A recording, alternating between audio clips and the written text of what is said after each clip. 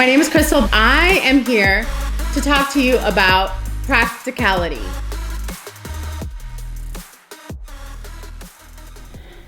So back to what we were talking about, the different, a balanced plate, what it looks like. Maybe let's do a couple of different examples, let's say you want to have lasagna for dinner at your house. What does a balanced plate look like with lasagna as the entree? Okay, let me ask you, when you pour yourself a plate of lasagna, what's usually on the plate? It's usually lasagna, garlic bread, and a salad. Okay, and if you were to just take a regular size plate, how much of that plate is filled with lasagna and how much of it is a salad, and where does the bread go? I'm pretty sure it's half lasagna, half bread, and a corner of salad. A corner of salad. Right. Yeah. So when we think of lasagna, we're thinking mostly carbohydrates, right? It's the pasta. Some definitely some protein, right? Also within it. And then the bread also takes up, another layer on top of lasagna. And then sometimes there's salad, sometimes there's not lasagna. So when we're building a plate of lasagna, what we want to do is let's start off with the salad. I know that's a little hard, but let's start off with the salad. Well, this is where your mentality has to kind of shift, right? You're just the way that you approach food and you approach your meal and you approach your plate. I mean, there is some changes that you have to do. Right. You have to think about it a little. But I mean, nothing's going to change if it doesn't change. You know what I mean? Absolutely. You have to change. Absolutely. And I think that's kind of where the diet mentality has kind of went wrong is that it's telling people exactly what to do, right? It's not allowing them to think independently and for themselves and what they know their body might need, right? So even within my recommendation of this equation, right, you still have to check in with yourself and see how you're feeling.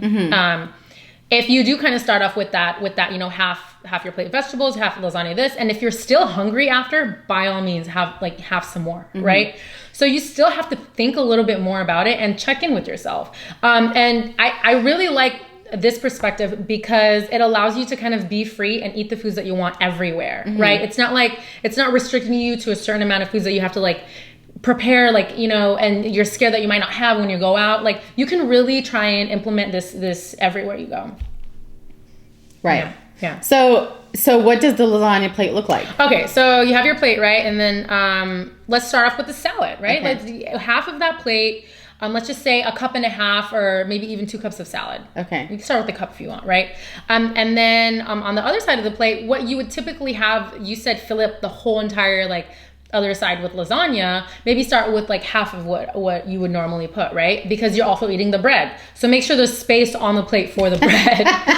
So have that piece of bread take up its space and then have the other 1/4 of that be filled with the lasagna, since that is what we talked about earlier, which is the complex carbs, the carbohydrates, and the protein, which is kind of layered into one category for the purpose of the lasagna. So just to have a more, I don't know, I don't want to say healthier, but to have more nutrients come out of the calories we're consuming on this plate, should we do a kale salad, or we should do broccoli instead of salad, or maybe cauliflower or asparagus? Should we start also kind of thinking about the high nutrients vegetables versus salad, which is very low in nutrients, very low in calories, and it doesn't really fill you up? The simple answer to that question is no. Oh, okay. Okay. No, I think be as liberal as you want with your vegetables. If romaine is your thing, please have romaine. Okay. If broccoli is not your thing, do not it's fine. You know what I mean? And there's I like that. Yeah, that's great. Any non-starchy anything that you want to have, go for it. And that's literally it. That's why this equation is so simple. Okay, let's go into beans and rice. Okay, burritos. I think a lot of people think man, burritos are not healthy. So bad, but so good. Okay, so burritos is probably going to be mostly heaviest on the carbohydrates, right? Because you have the tortilla, like a burrito size tortilla has quite a bit of quite a bit of carbohydrates. And then if you have rice and beans in your burrito, those also are carbohydrates, but they're also a protein. So that's one of the crossover foods, right? So let's just say we're building a plate, right? And we have our non-starchy vegetables, which are not rice and beans. We're on this side. If we're doing rice and beans together, you want to fill up like that whole other half with like both rice and beans, right? If you're just doing beans, you can fill up like that whole fourth with rice and with only beans, because it's both a carbohydrate and a protein. Okay. And the calories are like the same. So so that way you get your caloric needs as well. So with a burrito, that's why I like to say, like, kind of prioritize having non-starchy vegetables on the side, because you can definitely dig into like finish a whole burrito if you're starving and without having any vegetables, right? Essentially, right? So that way, and it's not to say that, you know, please don't finish the whole burrito. If you're still hungry, like, please eat the whole burrito, but it's just to say, like, checking in with yourself so that you don't feel like crap later, you know what I mean? Just to kind of balance that out, like, just to kind of like feel like, okay, am I still hungry? Am I not still hungry? To kind of to take up that space also. So this kind of goes back to maybe, you know, your secret, which is there is no secret. Right. But if there was a secret, eat more vegetables. Yeah. So I would say maybe eat the vegetables first. Before you eat the burrito. Mm-hmm. Yeah. If that's what works for you, yeah, for sure. Okay. If that's how you work, like, I feel like you're a very like technical, practical person. You're like, okay, I need to get these, you know what I mean? Yeah. So yeah, if that works for you, then by all means. And the key here is also, this is where like the intuitive eating comes in. The key is that you want to continue to check in with yourself, right? So, so let's just say like you're feeling pretty full after eating like, you know, half a cup of vegetables and like a fourth of a burrito, right?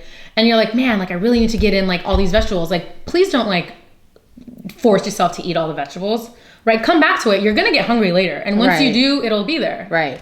No, I mean, that's really good advice, actually. And I mean, it goes back to just removing that stress of, you know, being healthy. And so I think that you can definitely find a lot of these healthy options at a good or decent price. Right. And you know, here's the thing, if you can only make it to the store once a week or once every couple weeks even, or if you go to the store, like a lot of people like to argue, like, you know, the produce isn't as fresh at the 99 cents store. Well, you know what you could do is buy a bunch and then freeze it. Frozen fruits and vegetables still hold their nutrient value. So by all means, like, go ahead and freeze it if you feel like it's not as fresh. Mm-hmm. Yeah. And so is it possible to be healthy and not break the bank? And I think it is. 99 cents is definitely a place where you can go and get these items. Mm-hmm. If you want, you know, to be organic on some items, then that's fine too. I think Trader Joe's is another good option for somebody that lives alone or maybe are just two people in the household. And then if you're more than 2 or 3 people in the household, I think Costco is a great option. Especially like if you like, I know the portions are a little bit bigger, but you can freeze, like you said. If you freeze the food, it's still holding the nutrients. Absolutely, yes. Right? And that's another thing. I think a lot of people get overwhelmed with grocery shopping because they're like, you know, I've done it before. You know, I've spent all this money like trying to get healthy, and I didn't make any of the food. It went bad, and I wasted my money. Right. So that's like a lot of the theory people have, or like an experience that people have actually. And I think what they forget is that you can freeze. You can freeze a lot of the vegetables if you want to, and it'll be just as good when you pull it out and use the fruits and vegetables later on. And here's the thing. I think also people are like, you know what, how realistic is this? Like, am I really going to cook? Am I really going to do this and that? Test it out, right? Intuitively plan, like also in a way, right? Yeah. I think you really have to figure out how it fits into your life. Right? Right. Like if you're accustomed to eating out like 10 times a week, we're not asking you to like not eat out at all, right? Maybe start by cutting it back to like 7 and making 3 meals on your own. Right. You know what I mean? Just kind of like think about what it is that's going to work for you. Right. And I think that's a good point. I mean, about going out to eat, I don't think we know how much we spend when we go out to eat. And we have this idea that, oh my gosh, if we're going to have a healthy meal, then it's going to cost more money. Well, you're already spending tons of money going out to eat. And I don't know, but I'm pretty sure those meals that you're spending the money on aren't the healthiest, you know, options. Yeah. And I think, you know, people think, you know, the fast food is a lot cheaper, but I went to McDonald's and you get like an egg McMuffin and hash browns and a coffee. I mean, you're close to $10. Right. And that's for one person. Right. So you can easily spend over $20 for a family of 4. Right. And I think it's very interesting because I think that's where people think to themselves, it's expensive to eat healthy. And it's when you're eating healthy when you're out. Because restaurants know that. And they're going to upcharge now, I think, a lot more than they did before on people wanting to be a little bit more healthy. Mm-hmm. Like, they're going to upcharge on the veggie meats. Like, oh my gosh, they're more expensive than the regular meat. Oh my goodness. Like, I was a pizza at like Blaze was an additional like $7 for it to be carb free. Yeah. I was like yeah, no, it's just like so interesting how like the market is set that way. But I think if we're going back to the whole produce perspective, it is just better to do that. It's not better. Here's the thing. Like, if you're really worried about your finances, which is why I think people are tuned into this podcast, like, it's 100% like possible to eat healthy and save money and make money and like do all the money things. Right. Yeah. So we've talked about budgeting. We've talked about a balanced meal. We've talked about healthy options, food options. I want to talk a little bit about how much money we spend when we go out to eat. A lot. You love going out to eat, Crystal. I know, because sometimes you just don't feel like preparing food. Yeah. Wait, would you consider yourself an introvert or an extrovert? I'm definitely an extrovert. Okay. And so, well, I mean, then the eating out makes sense. Oh, definitely. Yeah. Community is created around food. Absolutely. I love being like in a space where we're with different people and the energy, and like I feed off of that for sure. We don't really know how much we're spending when we go out to eat. It might be less expensive to eat at home and be healthy than going out to eat. Do you have some numbers? I do have some numbers. Okay, let's talk about the numbers. Okay. So let's say... This is going to make me sad. These are just averages, right? Okay. It can obviously range, between whatever. But let's say for breakfast, people spend around $7. For lunch, $12. For dinner, $17. Okay. So for one person, going out to eat 3 times a week. Only 3 times a week. Right. For breakfast. Is $1,000. A year. Oh. Doesn't sound bad, right? Okay, yeah. Okay. Since it's the most important meal of the day. Yeah. Well, let's keep going. Okay. For lunch, if you go out 3 times a week, for one person, it's a little over $1,700. Annually. Okay. For dinner, if you're going out to eat 3 times a week, it's almost $2,500. Okay. Just for one person, just for 3 times. 3 times. So you have the rest of the meals that you have to eat. That we haven't spent money on yet. Exactly. Okay. So let's say you're a family of 4. Okay. That number significantly jumps up. So let's say you're going out to eat 3 times a week. Let's say for lunch, right? It's close to $7,000 a year. For a family of 4, just for lunch 3 times a week. Right. Okay. That does not include the rest of the meals. Okay. Let's say you go out to eat 3 times a week, breakfast, lunch, and dinner. Okay. 3 times a family week. Of 4? A family of 4. Okay. Okay. That's close to, it's a little over $20,000. Wow. Which is now a lot of money. Absolutely. Right? And so I think we saw that the national average income for a family of 4 is around $25,000. So so you can't pay for rent, pretty much.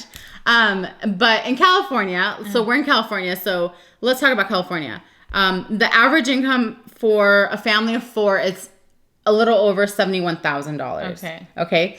But if you're spending $20,000 on food, going out to eat 3 times a week, I mean, that's still 30% of your income. Right. Not including the rest of the meals that you're eating, right? Or even splurging on, some other dinners or whatever. Or not even the bar tab.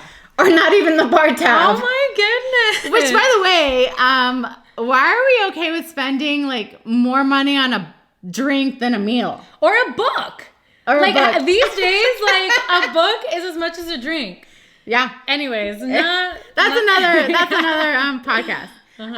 So, just to give you like another fun number, we took this number of eating out for breakfast 3 times a week for a single person, and we calculated how many eggs we can buy with that amount of money. With that amount of money, the $1,008, right? Like that one person spends 3 times a week, yeah, for breakfast a year. Yeah. How many eggs can you buy? Yeah, exactly.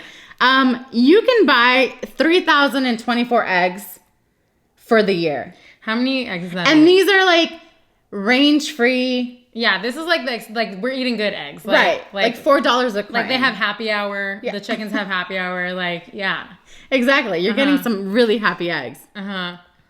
So how many eggs is that a week though? Do we have that number? That's 58 eggs a week. Which no one freaking eats 58 eggs a week. I mean, some people might, but like, I guess what we're trying to say is like, you can like spend a lot of money. I mean, a little money for like pretty good stuff if you were to make it at home is what we're trying to say. Yeah, exactly.